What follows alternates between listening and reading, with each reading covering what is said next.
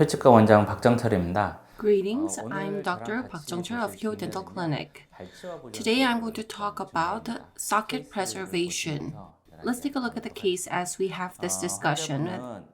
It's been about 2 years for this patient. Number 27 was floating completely. So I recommended extraction and implant treatment, but the patient was very hesitant about extraction. The patient just asked me to prevent any pain from occurring. So endodontic treatment was done and the patient was using this teeth, and with time the tooth fractured and the patient came back. When I looked at the x-ray image, the tooth continues to float and it looks quite difficult to do immediate implant placement after extraction. The patient was a 65-year-old female patient. She was very scared about dental treatment. The plan was to do extraction and to wait a little bit and then place implant.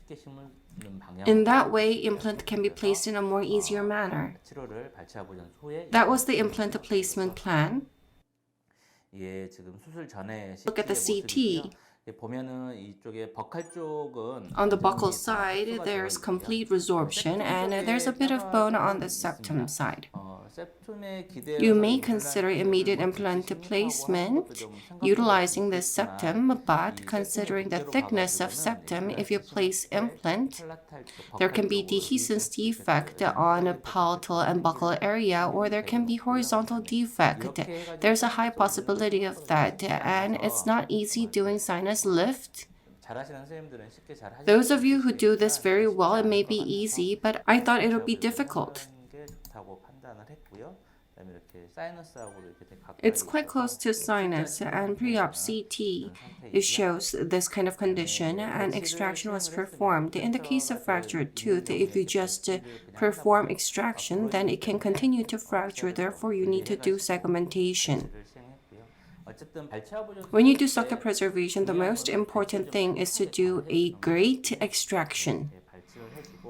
Extraction has been done and you need to remove the granulation tissue within the socket, and I'm sure you'll be able to get the good idea of it when you look at the clip, but you can use the blade to minimize marginal bone damage to remove the granulation tissue. The blade is used while in contact with a bone. In one whole lump, the granulation tissue can be removed. Even if you use this technique, it is not removed 100%, therefore you need to do curettage. Then you now need to open flap and perform socket preservation in a more easier manner. In the case of this patient, in number 6, flap was slightly reflected in the distal area, the interdental papilla area. The reason is because the entire buccal bone is resorbed and I want to make a wall of some sort here.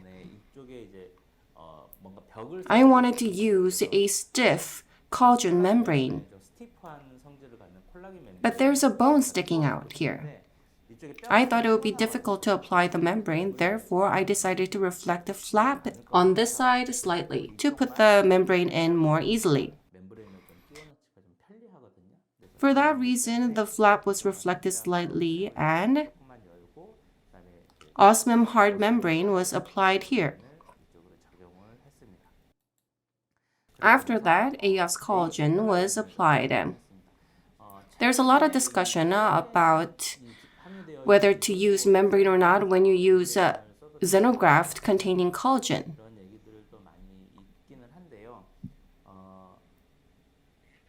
Foregoing membrane may or may not produce ideal results. So I tried to use membrane. But at the same time, there are cases where it's okay not to use them. It's very difficult to say at this moment to say what is better. If the defect is significant, if you don't use membrane, then it will not be really favorable. There's no set criteria as to when to apply membrane, and this should be determined based on surgeon's experience and knowledge. If you're concerned, you can apply membrane. I'm sure you'll be able to understand better if you watch the video clip, but I have used 2 AOS collagen. One on the buccal side because the defect is significant. And I've cut the AS collagen and placed it towards the palatal side. There's still some residual palatal wall, so I've cut it vertically and applied it. I'm sure you'll be able to see it on the surgical clip.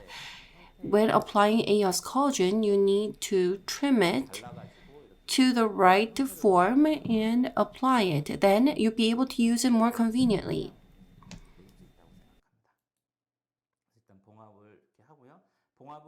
I've used hidden X suture. You can either use crisscross suture or figure of 8 suture as well.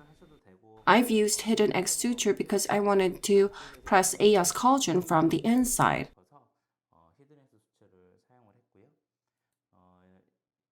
The patient was especially concerned about the surgical site. You don't need to use the Copac, but I've used it so it is more easy for the patient to manage. This is not mandatory. This is 2 weeks after sutures have been removed. If you look, after applying AS collagen, if you do open healing, very nice soft healing can be observed in most cases. Rather than doing open healing with collagen membrane, you can get better results by doing open healing with AS collagen.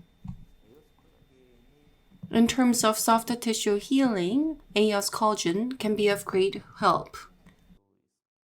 This is post-op CT. In the area where there were barely any buccal bone left, you can see that AS collagen is positioned there, and on the palatal side, albeit thin, there's still a bit of palatal bone. AS collagen was applied on the palatal side as well.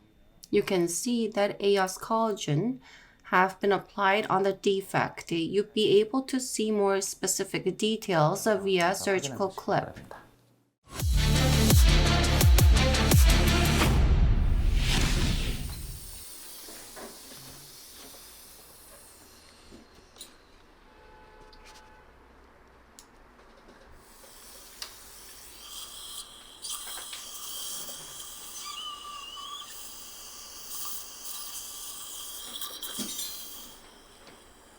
아 입으시고요. 어미소사.